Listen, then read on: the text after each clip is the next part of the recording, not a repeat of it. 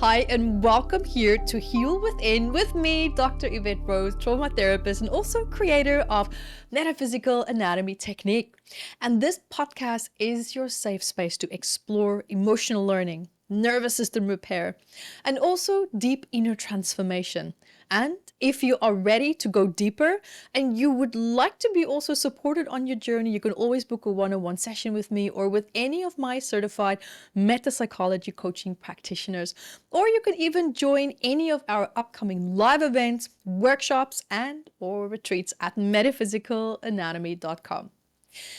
Now let's begin your healing journey back to wholeness, and one breath and one breakthrough at a time. And today we're going to unpack quite an important question that I hear almost every day when I work with clients. Why am I getting so burned out? You see, we're going to zoom inside of the brain and trace also the biochemical cascade that drains that spark in you, and also map the body's path that quietly also pay that price. So grab a cup of tea and then settle your shoulders and let's start this journey together. Let's dive right into what exactly is burnout, because I can appreciate and understand that burnout is going to look and feel very differently for a lot of people. But I have come to also understand that there is this one universal part where we all just feel absolutely exhausted. Now, when we look at research defines burnout, for example, almost like as a chronic workplace that we might be in where there's a lot of stress that hasn't been successfully managed. So there's something that we're always doing. There's a way that we go about our tasks that's deeply affecting us long term. And also how we manage our lives, how we manage maybe our ability to stay balanced. I mean, the list can go on. Now, all these patterns, this way of life, it shows up as emotional exhaustion as well. And also as depersonalization, and it's like a reduced sense of self, right? A sense of accomplishment. But in the brain, it's actually a lot more than just, I'm tired. You see, burnout is actually the nervous system's red flag. That's the red alert that your adaptive wiring is just completely maxed out. It's almost like that stress switch, at least, that just won't turn off.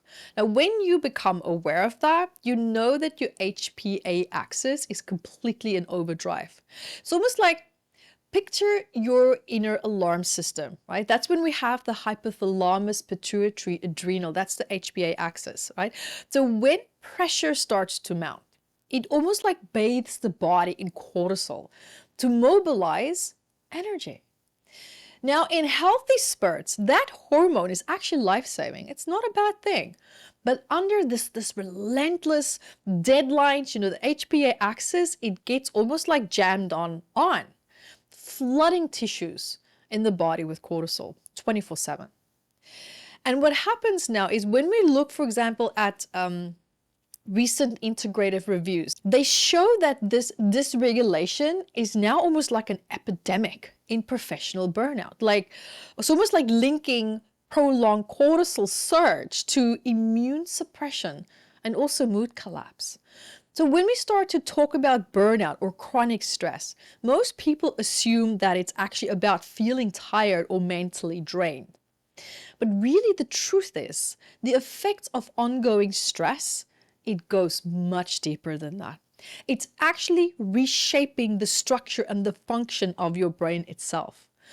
So some of the most vital areas of the brain, among the first to show signs of strain when stress becomes chronic, especially when the nervous system doesn't have a chance to return to its baseline, which is a bit more calm, more regulated, more neutral, it becomes problematic.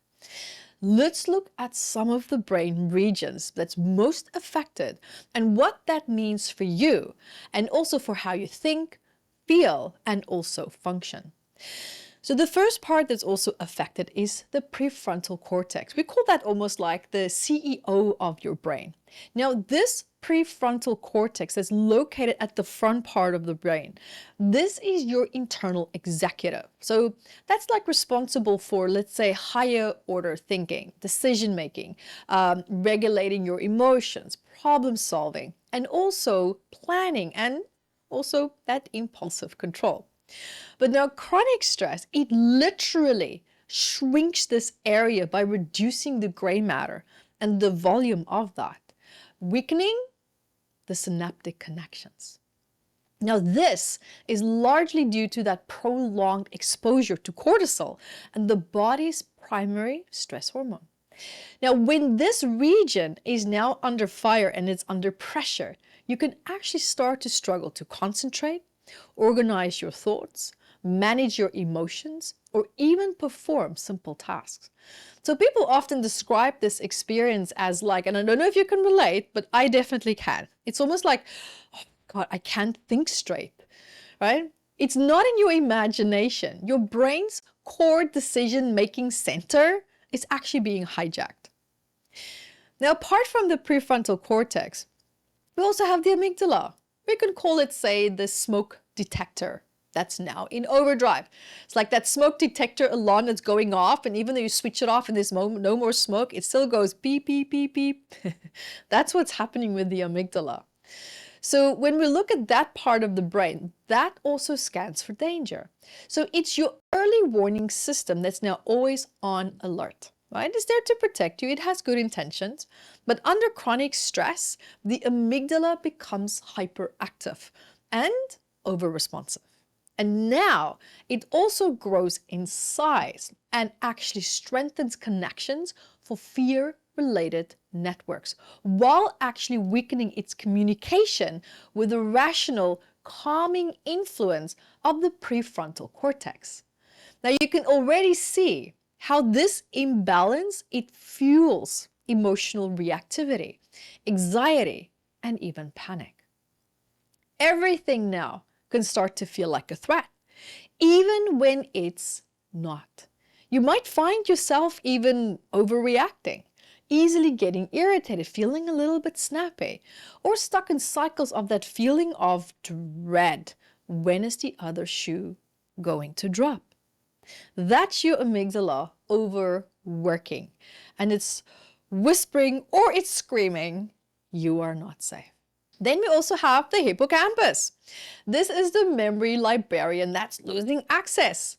So when we have this part of the brain that, it plays a very important role, a critical role, in fact, in memory formation, learning, and also spatial organization. Now, it also helps to regulate the HPA axis, the system that governs your stress response. Now, unfortunately, it's highly sensitive to cortisol. So when cortisol remains elevated for long extended periods, it can actually cause the hippocampus to shrink, and it reduces.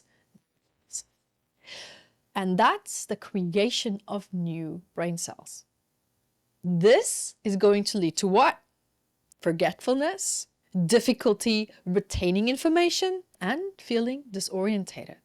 It's almost like that moment when you walk into a room and you completely forgot, why did I just walk in here? You look around and you're trying to figure out, trying to take take a few steps back.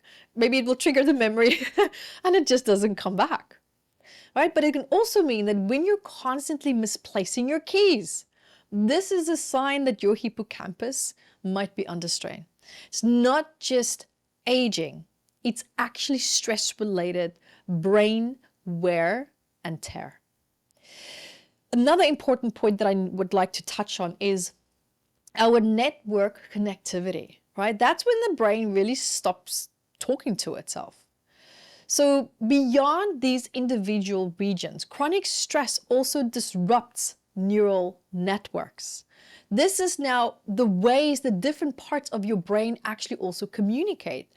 And research using EEG and fMRI images, it actually shows that prolonged stress impairs the resting state connectivity. Now that means that your brain's various hubs and stations, they stop syncing effectively. It's almost like having poor Wi-Fi in your mind, right? Signals get delayed, misrouted, disrupted, if not even lost altogether.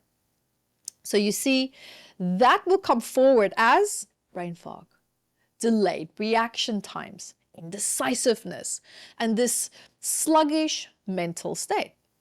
Now, tasks that used to be easy and felt effortless is now going to start to feel hard. You're not just tired, you are almost neurologically offline. You see, it begs the question, why our biology misreads modern life? Because when we look at this from, let's say, from an evolutionary lens, our stress hardware evolved for, or at least it evolved from these saber-toothed tigers, these emergencies that our ancestors had to run from, right? That they had to be resolved quite quickly. So the fight, flee, and these freeze responses, they serve their purpose. Today's deadlines, inbox pings, and also these social comparisons actually keep that threat circuitry humming. It keeps it humming and running like a car engine that you started, and it's just like boom, boom, boom, boom, boom, boom, boom, going on in the background without any resolution, without any goal that can or could or should be reached. You see, now the amygdala can, for example, flag an email actually like a predator, believe it or not. And the body becomes disrupted. It goes into a state of distress. And then cortisol can spike. It can spike despite zero physical escape route. And you see, over weeks, neuroplasticity works actually against us. This is where it's not necessarily a good thing, right? Rewire your brain for positive habits, that's great. But now we can also rewire the brain for bad habits, right? So we are almost like rewiring it for vigilance instead of actually healing and recovering. Now it begs the question, can we reverse this damage? Now the uplifting news here is that brain tissue is plastic, not literally. But when we look at studies, right, studies is showing us that the prefrontal shrinkage can actually re-expand after stress reduction. And also it can, restorative sleep can also help. Positive social connection can also help. And likewise, anti-inflammatory, nutrition-rich foods can also help. Omega-3s, that lowers emotional exhaustion scores in as little as 8 weeks.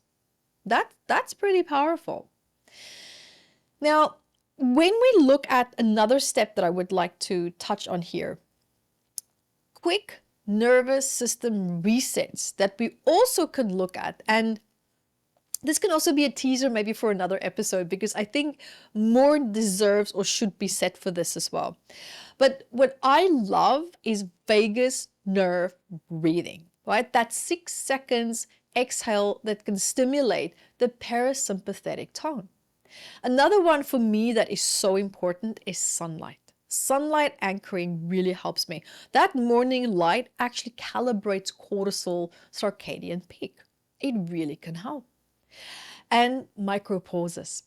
Just 90-second limb shakes, discharge, build up muscle tension is a big yes. The body loves it. And gut-friendly meals, right? So fermented vegetables, prebiotic fibers, all this feed anti-stress microbes. But we'll definitely be diving a lot more into these protocols in one of our next future conversations.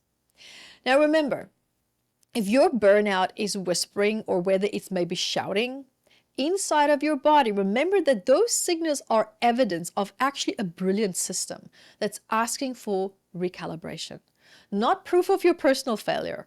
Don't misinterpret that. Your brain, your heart, your gut, and every cell, listen, it's craving safety. It's craving rhythm. It's craving nutrients. Give them what they've earned. I want to thank you also for being here with me today for this episode. And as with most of my podcast, we're now going to switch gears and we're going to start a healing meditation for burnout. So whether you're here because maybe your body or your heart is tired, not just from doing, but maybe tired from carrying, giving, or from just holding so much in for a long time, right now is going to be your moment to receive, breathe, and let go. And when you are ready, I invite you to lie down, or you can sit up, whatever you feel most comfortable with. Let's start our healing meditation. And I invite you now to just start by focusing on your breath. Just notice as you're breathing. Remember as you inhale and exhale. Notice and feel how your body is moving with every breath.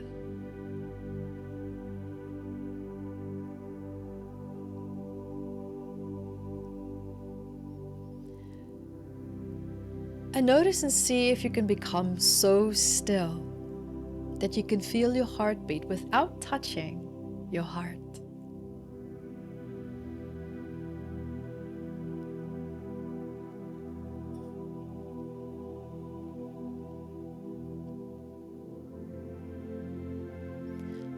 And know that as of right now, nothing is required of you.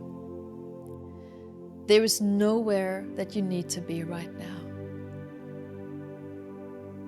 That this is your time. This is your space to let go and simply be.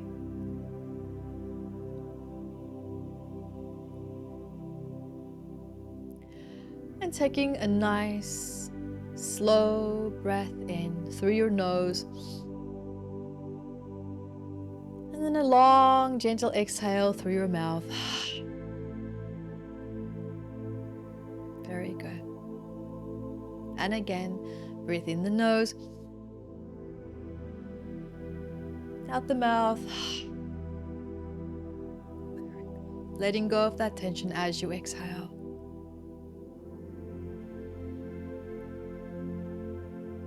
Allowing each breath almost to be like a gentle wave.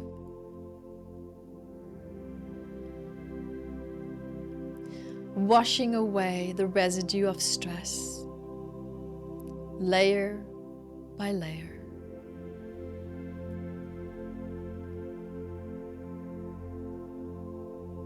You don't have to try or force it, just breathe and allow.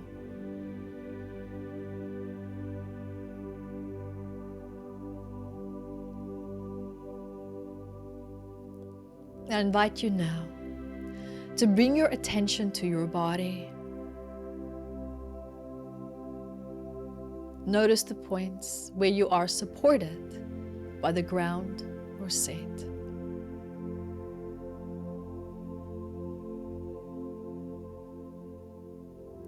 Feel the earth holding you, steady, strong, unshaken.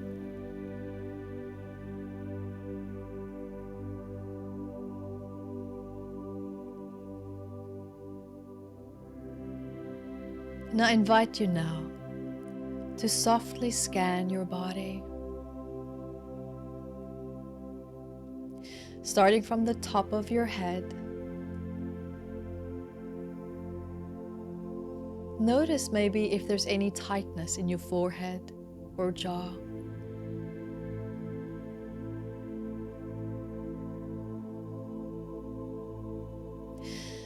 And with your next exhale, invite that area to soften.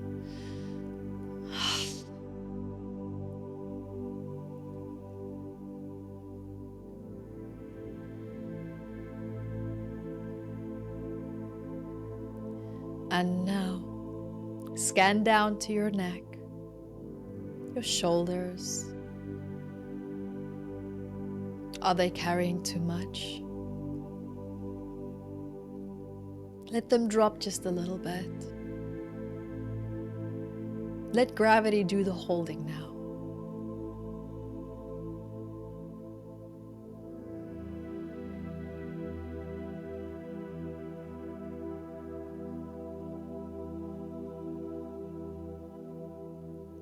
And now, feel your chest rise and fall with ease. Your heart has also worked so hard. Give it permission to rest now. It's beating just for you.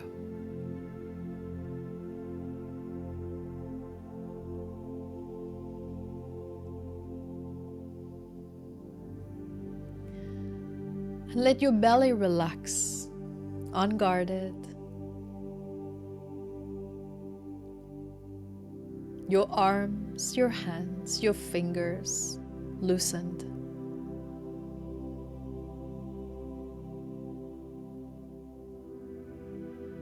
Your hips, your thighs, your knees, all the way down to your toes. Feel warmth and almost like spaciousness returning to you.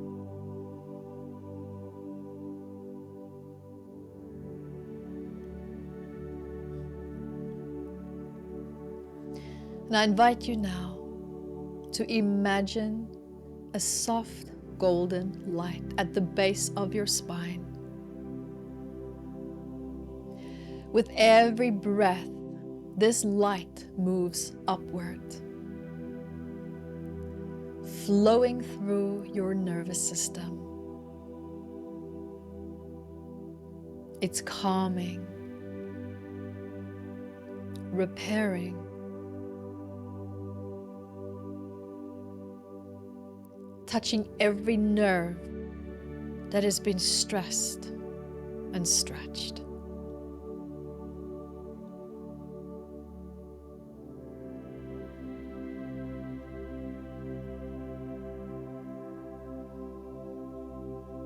Notice how it's also soothing the overworked circuits of your brain. It's almost reconnecting what burnout has disconnected.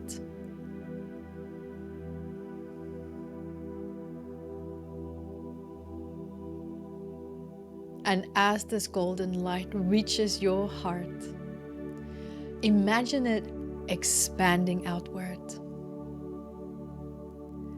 bringing comfort, bringing clarity, bringing the reminder that you are safe right now.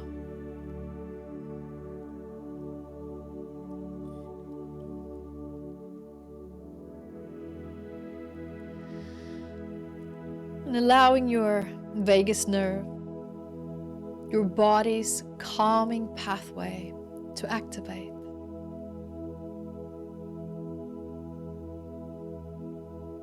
Feeling your breath deepen. Your heart rate is gently slowing down. And your inner world is softening.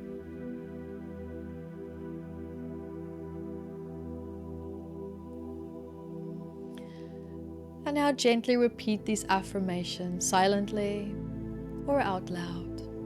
Allow them to land in your body almost like seeds of healing. I give myself permission to rest.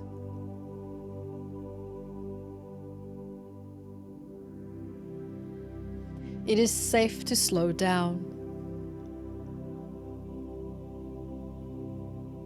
My worth is no longer measured by my productivity.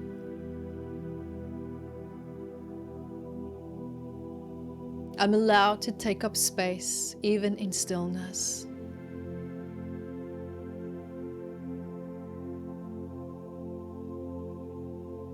My body knows how to heal.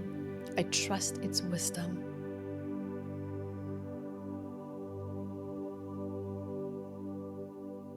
I am healing and rebuilding myself one breath at a time.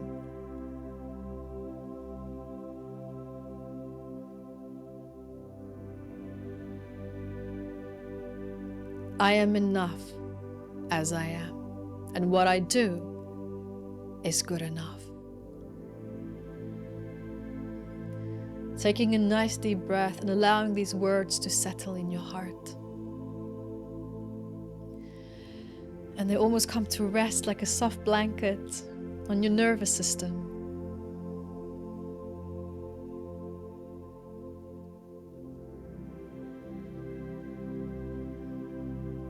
And I invite to use this moment now as an opportunity as well to remind you, you don't have to fix everything at once. Healing is not a race, it's a rhythm. And in this moment, by choosing stillness, you've already begun.